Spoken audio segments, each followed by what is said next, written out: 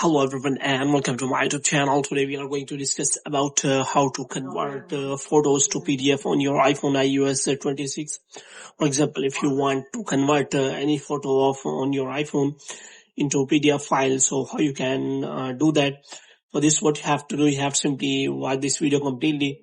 So first of all, what you have to do, you have to make sure that you are connected to a proper Wi-Fi and internet connection.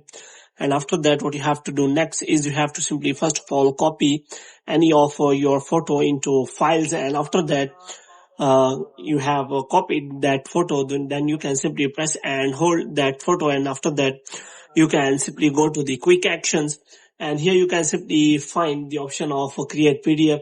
As you click on create PDF, then it will automatically convert this to PDF without any problem. So if you want to convert any of your photos in your photos app, and you can simply first of all transfer that photo to your files or app, and after that you can simply open that app, and after in opening that app you can simply press and hold the photo that you want to convert into PDF, and after that you can simply click on quick action and it will be available as PDF. So hope you have liked this video. When you get more videos like these, you can subscribe our channel.